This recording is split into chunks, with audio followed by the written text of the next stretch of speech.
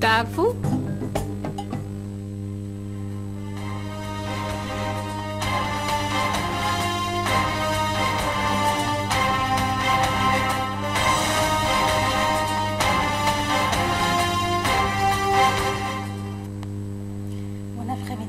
Et merci de suivre le 14h.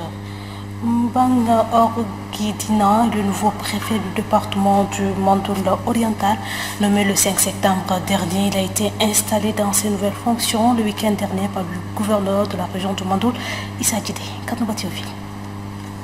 Le département du Mandoul oriental a un nouveau représentant du pouvoir exécutif. Il s'agit d'Mbang Orguirna, nommé par décret numéro 1465 du 5 septembre dernier. Il remplace à ce poste Abakar Dounia Mark, qui a assuré la gestion administrative de cette circonscription de la région du Mandoul durant 1 an et 6 mois. Le gouverneur du Mandoul, Issa Adjidei, a saisi l'opportunité pour présenter à l'assistance la nouvelle équipe dirigeante du département du Mandoul oriental. Monsieur Mbang Orguidina a été choisi par le chef de l'État pour diriger le département du Mandoul oriental en remplacement de M. Abakar Dounyamar. M. Mbang Orguidina sera assisté par le secrétaire général du département en la personne de M. Toura Blagué-Germain, qui remplace à ce poste Mme Ndangde Dember Virginie.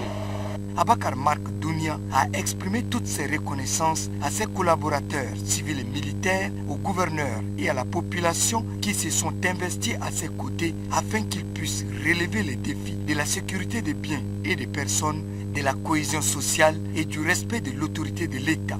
Le préfet entrant, qui remercie les plus hautes autorités pour la confiance placée en sa personne, sollicite une franche collaboration. Mon souhait le plus ardent est qu'une franche collaboration soit instauré entre nous, ainsi que le respect de la hiérarchie, l'amour du travail et surtout le travail bien fait doit être la synergie de notre administration. Le département du Mandoul oriental s'étend sur une superficie de 7004 km². Il a une population estimée à 200 000 habitants et compte 6 sous-préfectures, 9 cantons, 345 villages et 43 fériques. À quelques jours de la rentrée scolaire, une campagne de reboisement des établissements scolaires de la ville d'Ati a été lancée sur l'œuvre de l'association Vision et Initiative pour l'environnement basée dans la région de Bata. Mamata Tchipinalho. Reboiser les cours des établissements scolaires et promouvoir l'éducation environnementale au sein des élèves. Voilà deux des objectifs que se fixe l'association Vision et Initiative pour l'environnement, en abrégé VI. Cette opération de reboisement lancée ici à l'école Château d'Ati s'étendra dans plusieurs autres écoles. Selon le président de l'association VI, Mohamed Abagana Chari, les opérations de reboisement seront suivies des sessions de formation environnementale à l'attention des enseignants et des séances d'animation et de sensibilisation au profit des élèves.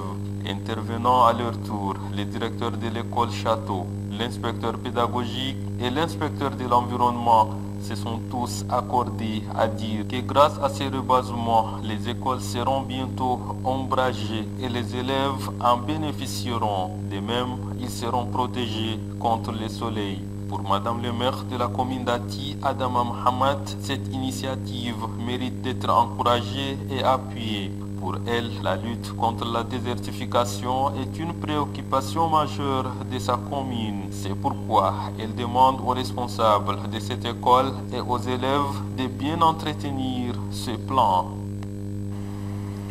L'association Action pour le soutien aux couches vulnérables a organisé hier une compétition multidisciplinaire opposant 4 centres d'orphelinat de la capitale. L'objectif est assister les jeunes orphelins. Kalenka Foudman.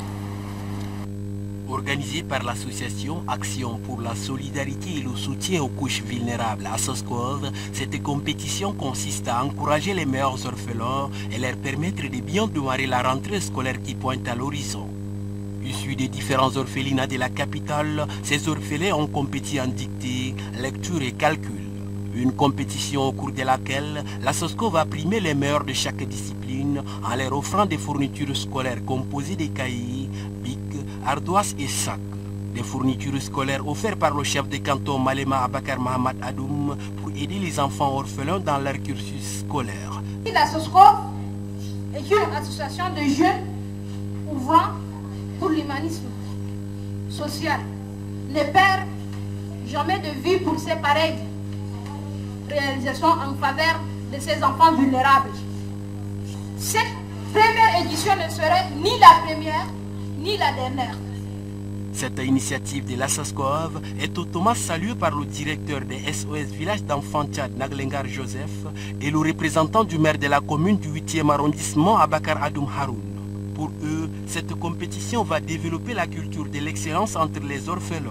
À l'issue de cette cérémonie, la SOSCO va aussi faire un don de fournitures scolaires à 4 orphelinats de la capitale et décerner des certificats d'engagement aux responsables des centres d'orphelinat pour leur engagement en faveur des couches vulnérables. Fin de ce flash d'information, merci pour votre fidélité.